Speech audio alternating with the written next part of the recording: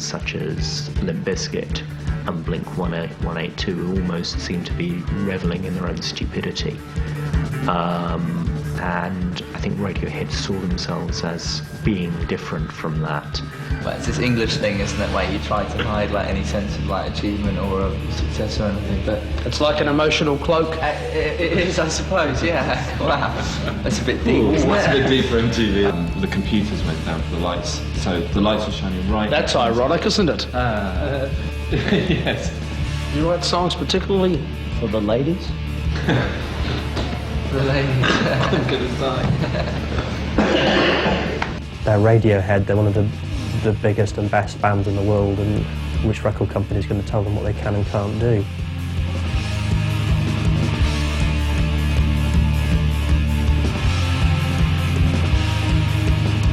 Never part of any musical movement or scene, Radiohead have charted a unique course across the international sonic and social landscape since the early 90s. They have created music without the accepted furniture of rock and roll, the hook, the chorus, the guitar solo, and made it both credible and commercially successful. For the first time since the Beatles, a band has redefined what popular music is and can be. And they're still working, still recording, still pushing back the boundaries of sound.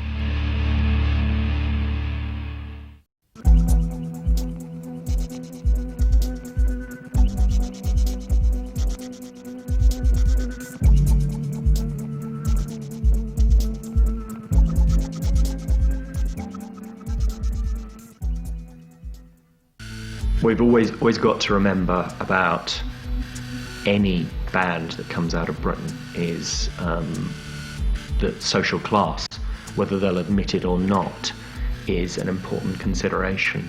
And I think there's a great myth that all the great bands came from rough working class backgrounds. The Beatles were lower middle class, the Rolling Stones were middle class, the Beach Boys, if we go to the States, were middle class, Pink Floyd were verging on the upper class. It was at Abingdon, a public school for boys, that the members of the band that would become Radiohead first met. Indifference towards the values, rules and regulations of the school helped form a bond among them, along with a shared musical passion and ambition. On leaving the punk band TNT, Tom and Colin recruited Ed, Phil and later Colin's younger brother Johnny to form the band on a Friday. Named after their customary day for rehearsals, the band would develop significantly throughout their high school and college years. All 5 members came from what we perceived to be privileged backgrounds and educated backgrounds, all of them having gone through higher education in some sense. And what is interesting is that Radiohead in the long run managed to become mainstream to an extent, certainly in terms of numbers shifted and units shifted, without sacrificing that intellectual probing quality and without pretending to be uneducated and without pretending to have a different background. They've never claimed to be anything that they are not as far as their background goes. They're not going to be particularly proud of it, but it's just something that happens. Both to satisfy the age-old parental demand that they have something to fall back on and to follow their own intellectual interests, every member of the band went on to further education after leaving Abingdon. Tom's passion for art and literature led him to a course at Exeter University, where he developed various musical side projects. Tom rolled up at Exeter in about 87 or 88, I think it was. He was thrown into this melting pot of musical goings on. This very charismatic guy called Shaq, who was actually a music student. He was one of the few trained musicians involved in this, and it was with Shaq that Tom formed Headless Chickens, who were probably one of the highest profile bands going down there, and they recorded the now legendary Hometown Atrocities EP, which is worth a substantial three-figure sum to anybody who's got an original copy of that. A little later on, a guy called Felix Buxton turned up in about 89 or 90, I think he turned up at Exeter, and he later went on to form Basement Jaxx and did some DJing with Tom, and that was the sort of melting pot, where the interface of guitar rock and the new beats. At Exeter, we're always aware, although Tom, as I said, was involved in the Headless Chickens, that he had this other life back in Oxford, which kept fairly quiet.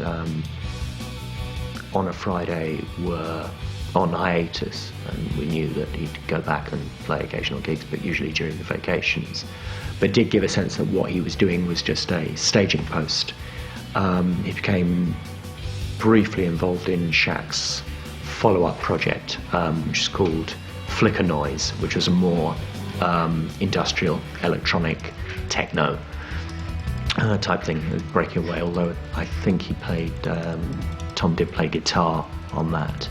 But by that time, On a Friday was developing. Various people were coming back from their various college escapades, and that was very much Shaq's baby, and effectively in the end that mutated into Lunatic Calm, which done quite successfully on the industrial techno side, and Tom returned to Oxford and decided they could do something with On a Friday.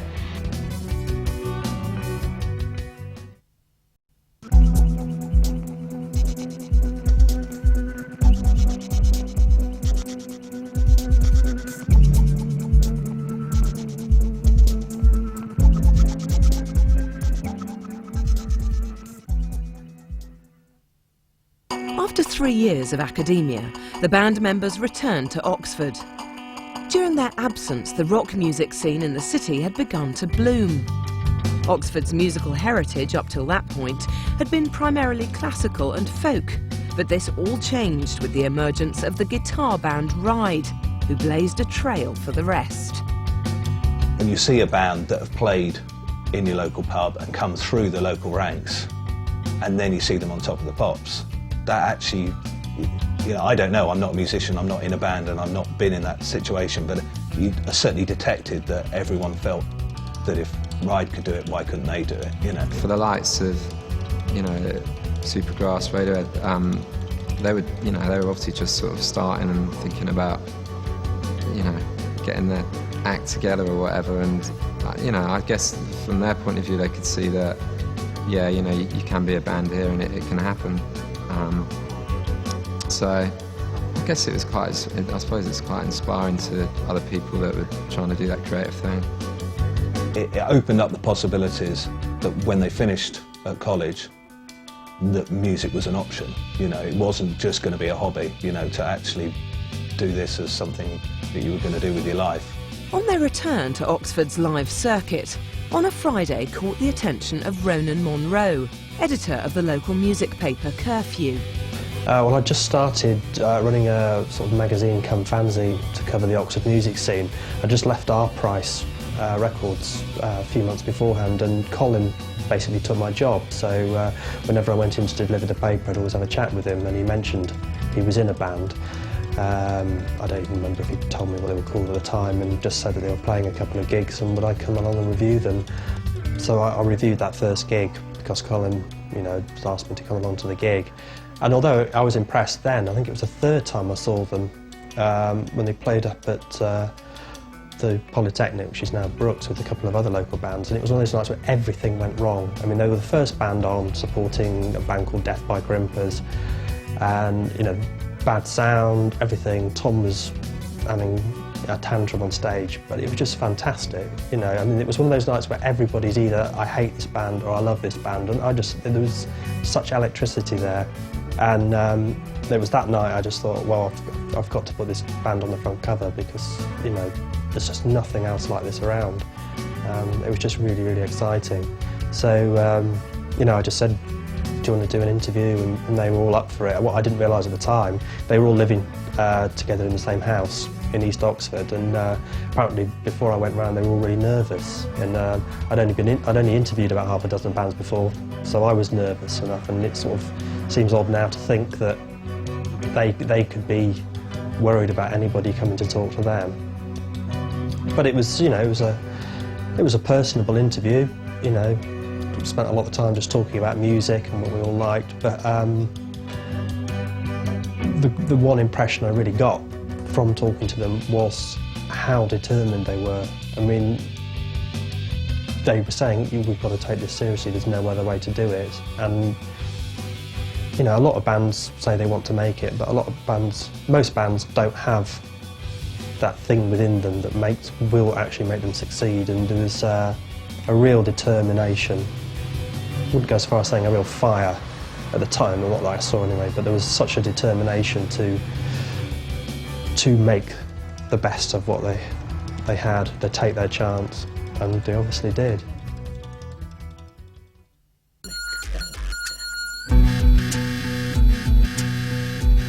Living in a shared house off the Cowley Road, the members of On a Friday took day jobs to pay the rent and bills. While the work itself was fairly menial for the aspiring musicians, it often paid off in quite unexpected ways. I think the first time I saw them was probably about 40 or 50 people, most of whom seemed to be waitresses from the restaurant where Ed worked. I think the main reason they got the gig in the first place is because the promoter knew Ed worked at Brown's, which is a student restaurant up in St Giles, so we thought, well, he'll bring all the waitresses down, and they did. It was like a front row of a Robert Palmer video. Made the place a lot more fragrant, certainly more attractive to be in. Whether that's just become an apocryphal story or whether it's true or not, it's a good enough story to retell. While Colin worked in one of Oxford's R-Price record stores, Tom held down a job at Cult Clothing. But it was his experiences in another day job that became pivotal to his distinctive outlook and lyrics.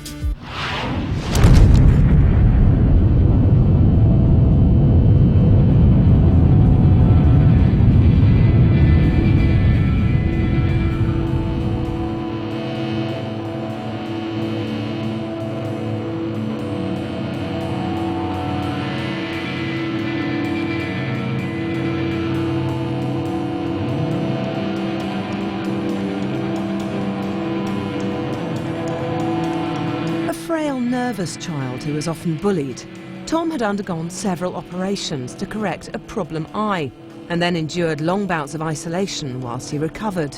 With the Spanish guitar that he'd received from his parents to cheer him up during one of these periods, Tom, aged 8, wrote his first song about the mushroom cloud of a nuclear explosion. His later return to hospital to work as an orderly in a psychiatric unit was hardly more cheerful. Exposure to the emotional and mental confusion of the patients was bound to mark this sensitive young man, and the themes of torment and dysfunction would later distinguish his lyrics.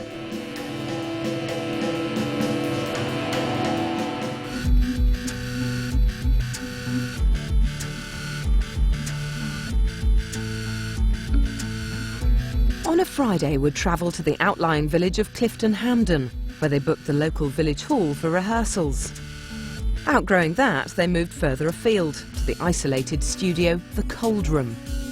Competing for rehearsal time with Ride, now veterans of the Oxford music scene, On a Friday worked tirelessly in these converted farm sheds, on pieces that would appear on their lengthy demo recordings.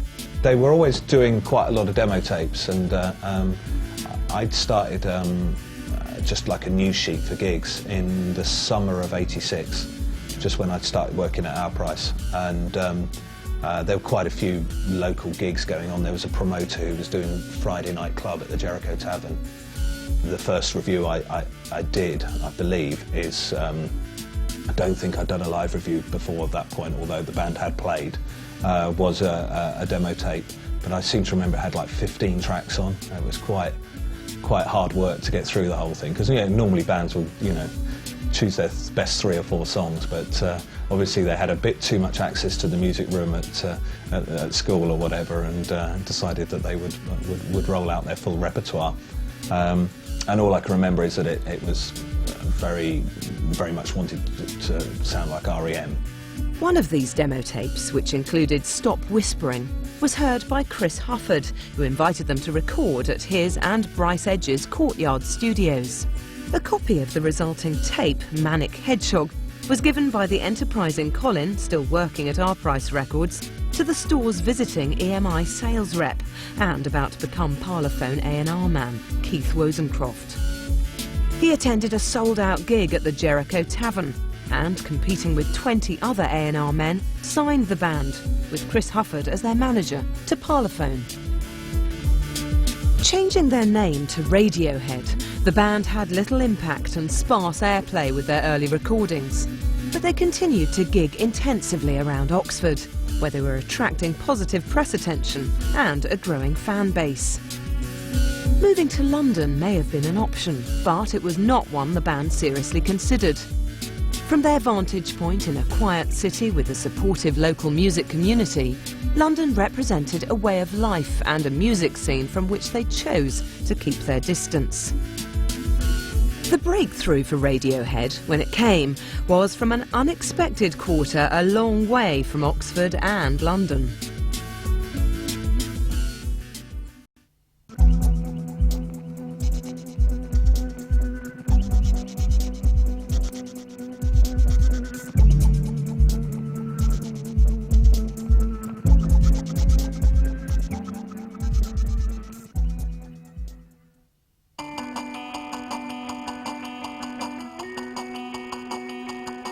Creep, a song of apparent self-loathing and unrequited love, with distinctive crunching guitars, was picked up early by a San Francisco rock station, Live 105, quickly crossed over to Los Angeles' K-Rock, then to New York, with DJs ignoring the genre and playlisting rules by airing it all over, all day.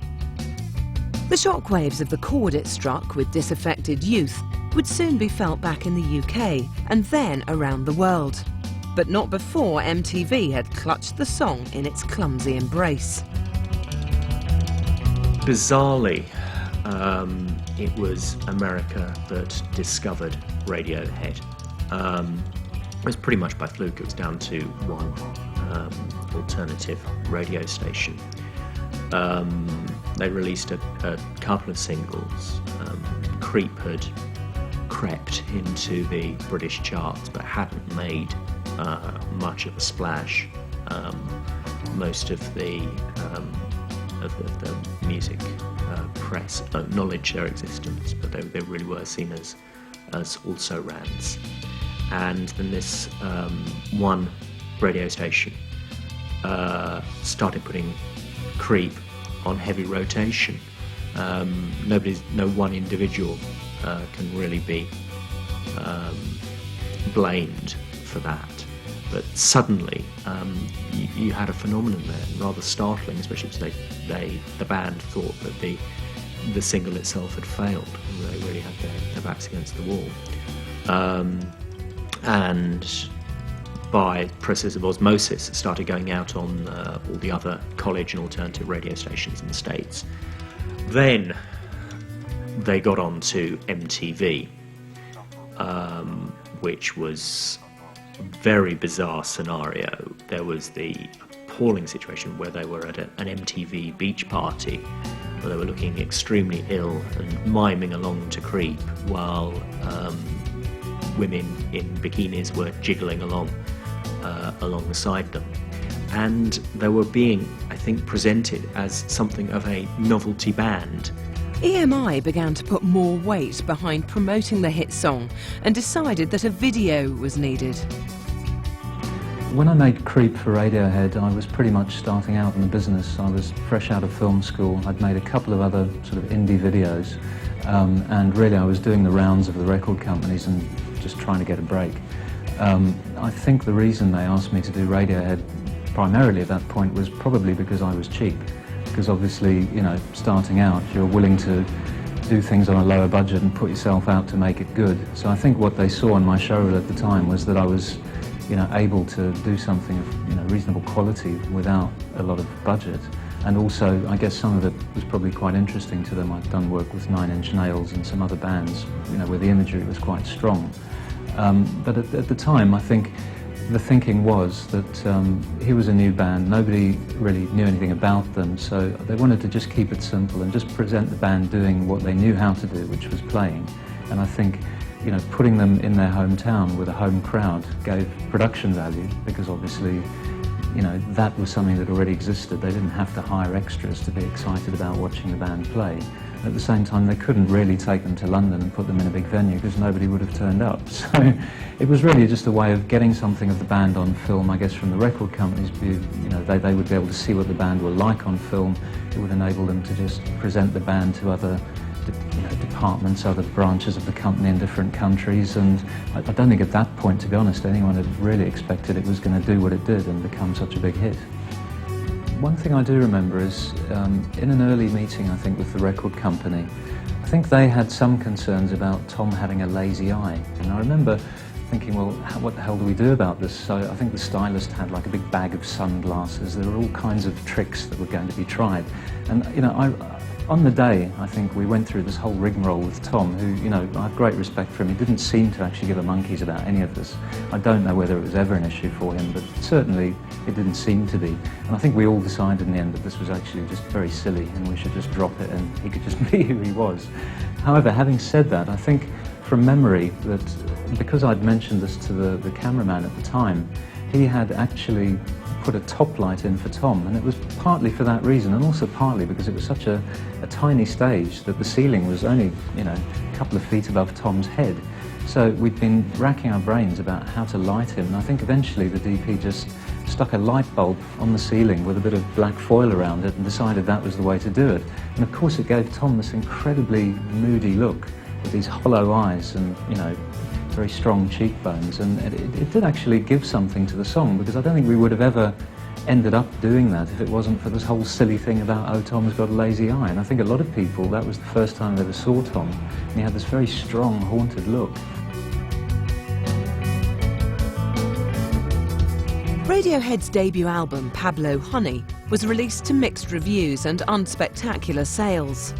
Although Creep would join Nirvana's Smells Like Teen Spirit as an anthem of teenage angst for an entire generation, the intense focus on a single song would weigh heavily on Radiohead. You hate the media's obsession with Creep? Yes. So don't ask me about it, because I won't answer it. Press laziness means that the only thing they ever bloody write about is that one song. We want to be around for a while, to be given the chance to actually develop beyond that. To follow up Pablo Honey, the band bypassed the local Oxford facilities and recorded at RAC and the legendary Abbey Road studios with producer John Leckie. Although this became a tough experience for the band, there were positive results. Namely, their teaming with Nigel Godrich, then an engineer, who later became their producer, and the acclaimed second album, The Bends. I mean, I wasn't prepared for how great The Bends was going to be, really, by, you know, what they were doing initially.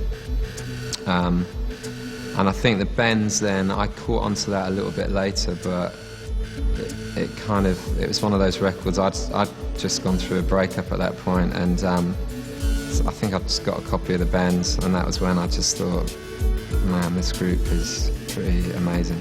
And The Bends really meant a lot to me, that record. When you have, for a year and a half, basically people dubbing you one-hit wonders and wanting you to be one-hit wonders, there's great, you know, there's enormous satisfaction that journalists or whatever get out of the fact that you have this big song, and particularly in Britain the media's like this, and you know, and they're desperate for you they love one-hit wonders, so they can write about it in 10 years' time, where are they now? And it became a bit much after about a year and a half, and I think we got a bit fed up with it, and that was one of the things with The Bends, you know, all the songs, if something we learnt from Pablo Honey was that we wanted to make an album of 12 singles. Although the album was perceived in America as an improvement on Pablo Honey rather than a success in its own right, the British press were more complimentary, and the band themselves received praise for the burgeoning musical talent on display.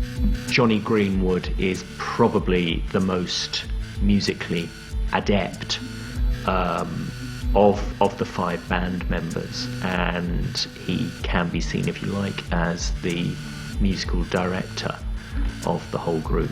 But what is interesting is when they are in the studio and they're on stage, they do swap a lot of the instruments around.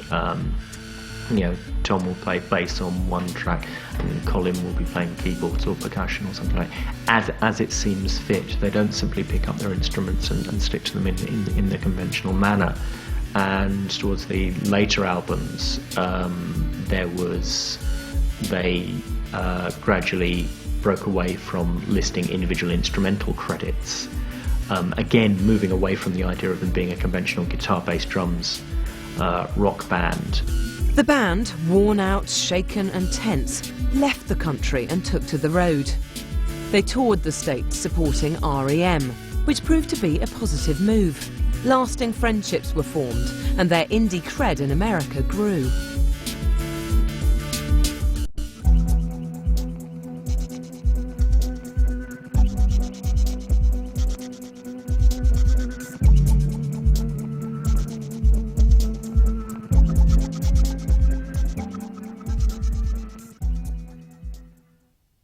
The crucial turning point, it's not controversial to say it, was OK Computer, where they broke away from the idea of there being a guitar band simply creating an album as a list of songs. It was more of a suite that made sense on its own. It was not a series of anthems that people could buy and listen to and then go and see the band performing them live. It was a self-contained unit that you would actually listen to, you would contemplate, you would think about the ideas that were coming off it, even if the ideas weren't necessarily that explicit. All the good old indie rock phase like alienation and corporate greed and self-loathing. With OK Computer, Radiohead's substantial progression was not simply musical. Tom's lyrics, which had from the earliest days connected with audiences for their openness and sincerity, moved away from the personal existential torments which had been labelled self-indulgent by critics, and began addressing the torments of society as a whole.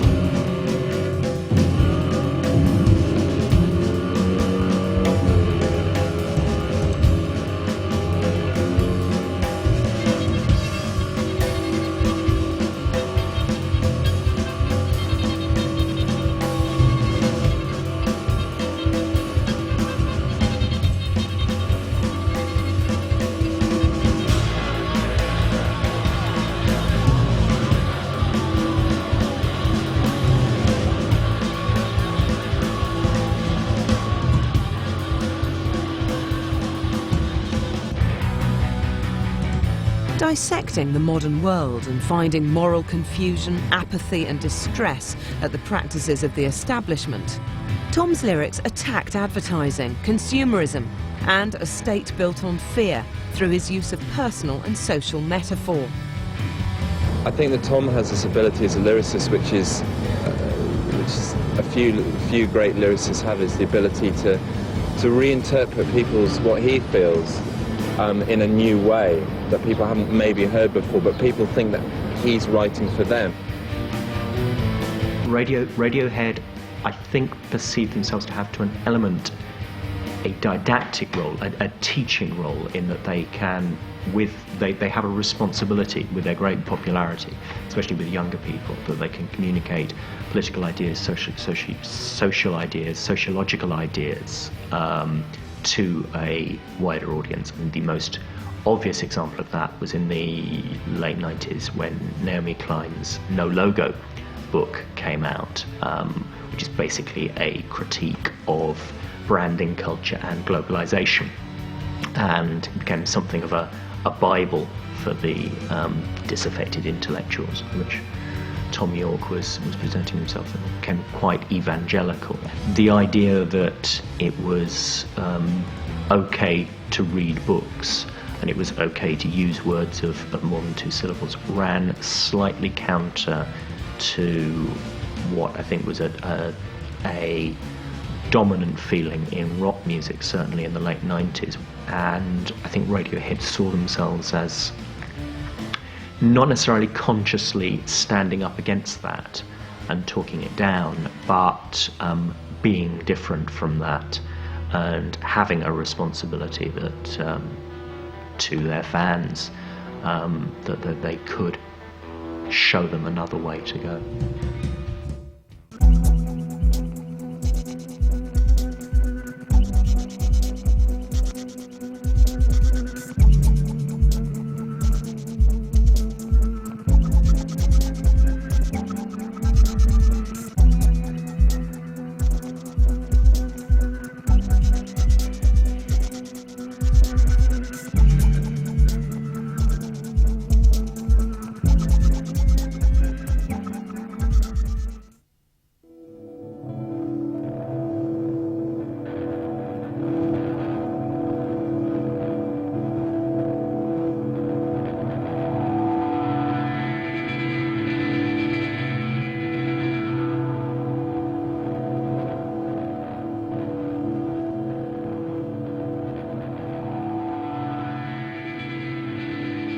The highly anticipated follow-up to OK Computer, Kid A, shot to #1 in the UK and gave the band its first ever top spot in the American charts.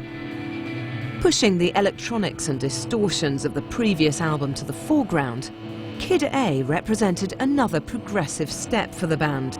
As unexpected as this step was, it was the album's promotion and marketing that provided the biggest surprise. For Kid A, there were no world tours and press junkets, no singles, no music videos. Instead, there were anti-adverts and blips. The internet became the medium and the messenger, and through it, Radiohead redefined the relationship between the band and the media, the commodity and the consumer, and the music and the audience. Everyone, well, not everyone, but a few people have, wow, what you did there, the marketing on that was just genius. Yeah, the anti-marketing campaign, and it was never, we never had any kind of master plan. It was literally a case of what do we want to do this time and what do we not want to do. So we didn't want to make videos, we didn't want to have singles. You know, they were all things that we had a sort of a knee-jerk reaction against it. It was kind of, they were all things that we associated with the darkness and the heaviness and the hard work of what had gone previously. Although their approach altered slightly with the release of their 5th album, Amnesiac, it was clear that Radiohead's uneasy relationship with the media, and in particular the music press, had forced the band to create their own rules of marketing and publicity. Acting as their own press officers and publicists, the band have used the website and webcam, blog diaries and web chats to exploit new technology to their own advantage. It has also allowed them to preview new work, discuss their interests on their own terms, and promote the various campaigns and causes that they support.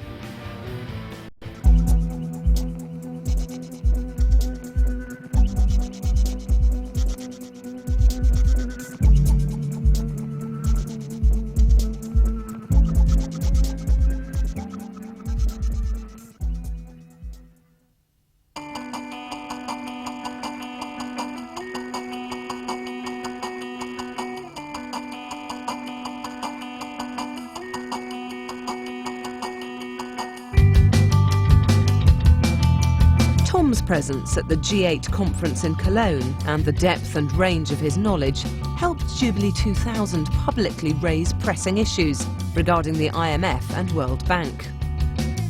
Through the campaign's successor and related organisations, Radiohead continue their well-informed support and active involvement.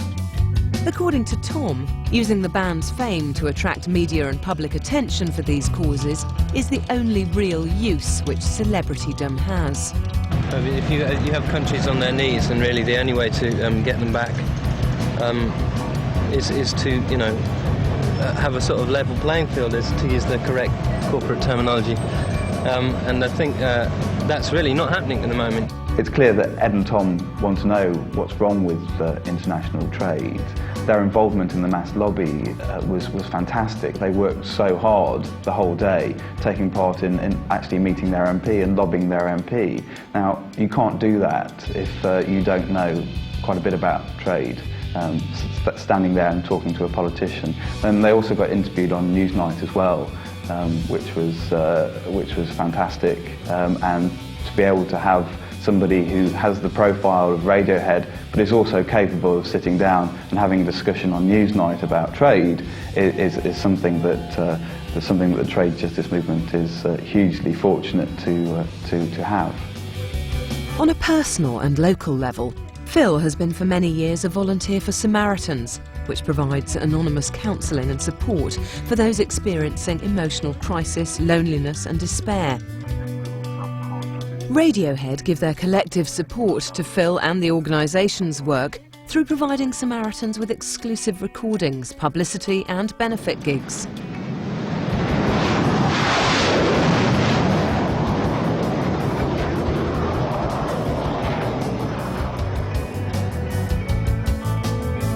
Tom and the band, horrified by the reports of the Srebrenica massacre in the former Yugoslavia, responded promptly when approached by War Child to contribute a new song to a fundraising album addressing the plight of the young caught up in the war. The resulting track was Lucky.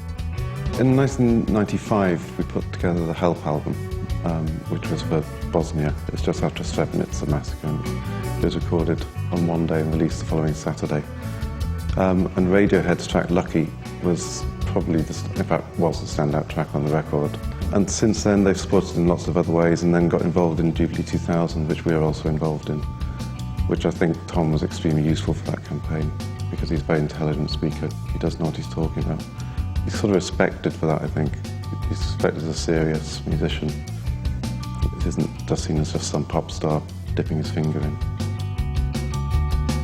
Radiohead also became actively involved in the Free Tibet movement. In June 1998, they played at the Tibetan Freedom Concert in Washington and at the rally afterwards, with Michael Stipe joining the band on stage to do the vocals on Lucky. Their involvement with the campaign continues. Radiohead invited us to participate in their tour, and with other organisations we would have a stall at the concert venues each night and distribute material and talk about the issues to people who are coming to the concerts. And this was very useful for us because it allowed us to reach an audience of people who we believed were naturally inclined to get to know about these issues or were interested in these issues. I think the people who follow Radiohead's music are aware that the band are politically active. By doing nothing, people condone this violence. By doing nothing, by sitting at home watching TV, consuming all this crap, you are letting them get on with it. You are letting it happen. You want it to happen. By performing at Amnesty International's concert in Paris in 1998, marking the 50th anniversary of the Universal Declaration of Human Rights, Radiohead and the other top-name musicians drew media and public attention to the continuing denial and abuse of human rights, dignity and justice around the world.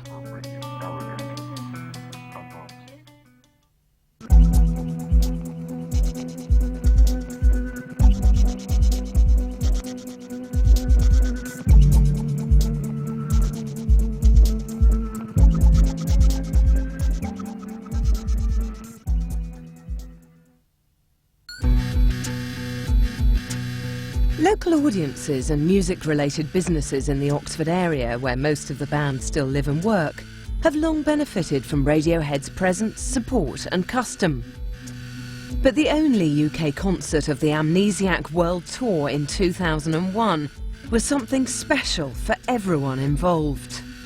When they had their major homecoming gig at South Park in Oxford, they chose one of the acts on the support bill, a local band called Rock of Travolta. The general perception was that Radiohead had been in that position before. They were a little local band and they wanted to at least give some element of publicity to other local bands that they had faith in and that they thought were doing something worthwhile and creative. They specifically wanted 2 local bands to be the opening 2 acts on the bill, and they chose the bands themselves along with the promoter.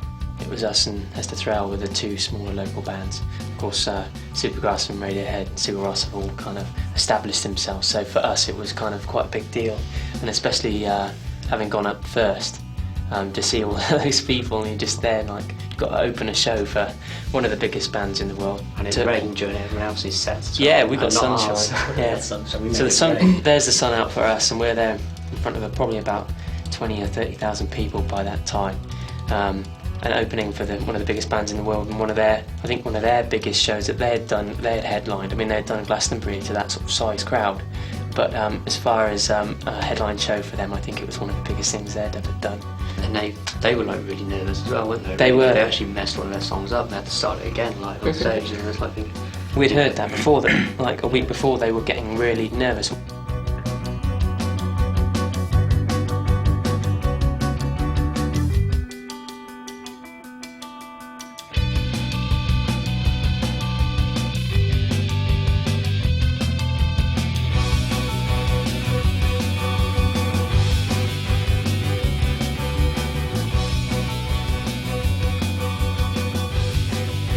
The Kid A tour saw Radiohead taking a gigantic tent around Britain so as to perform in open fields free of the advertising slogans of stadiums and to get closer to their audiences.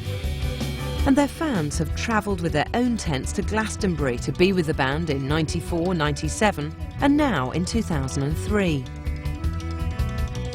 With Radiohead reunited with friends R.E.M. and PJ Harvey as the weekend's headliners, and showcasing their first studio album in 6 years, the festival's promotion as the major live event of 2003 seems almost an understatement.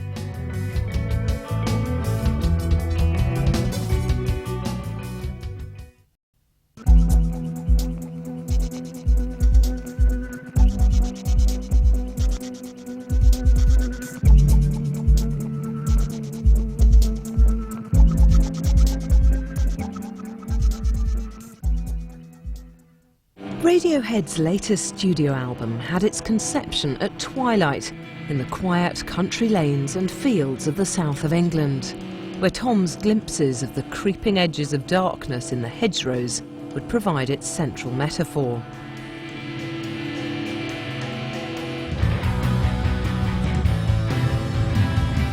Its subsequent evolution among the palm trees and highways of sunny Los Angeles would give the band back their swagger and strut of the Bends days and be their happiest recording experience. But if this is the colourful pop album they wanted, then its shades are quite dark. The events of 2001 and their aftermath have made it so.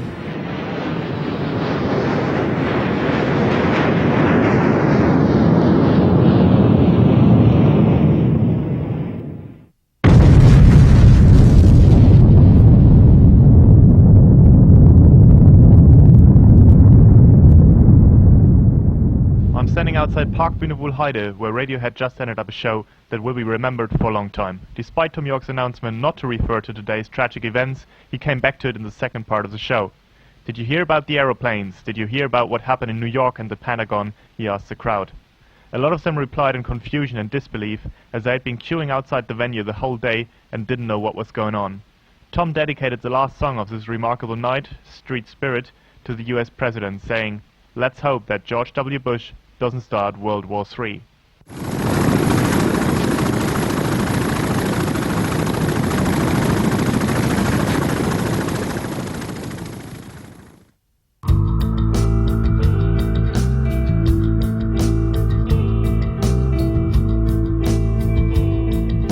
of the major themes in Tom's lyrics is whether you choose to deal with the world around you or just keep your head down and avoid the issues. When Primal Scream sang about bombing the Pentagon, there was a sudden backtracking by their label. With their album title Hail to the Thief, which seemingly alludes to George Bush Jr.'s alleged Florida vote stealing, Radiohead faced a similar backlash. But the fear of losing some of their huge American fan base was less important to them than the issues that they raise. But this isn't a protest record. It isn't as overtly critical of the modern world, of the corrupt times in which we live. While they're still ringing the alarm bells, Radiohead have decided to respond to recent events with another unexpected musical digression. A return to the more naive roots of rock. The first sound heard on the album is the first one recorded in session, Johnny plugging his guitar into an amplifier. The sound of Radiohead plugging in and beginning again.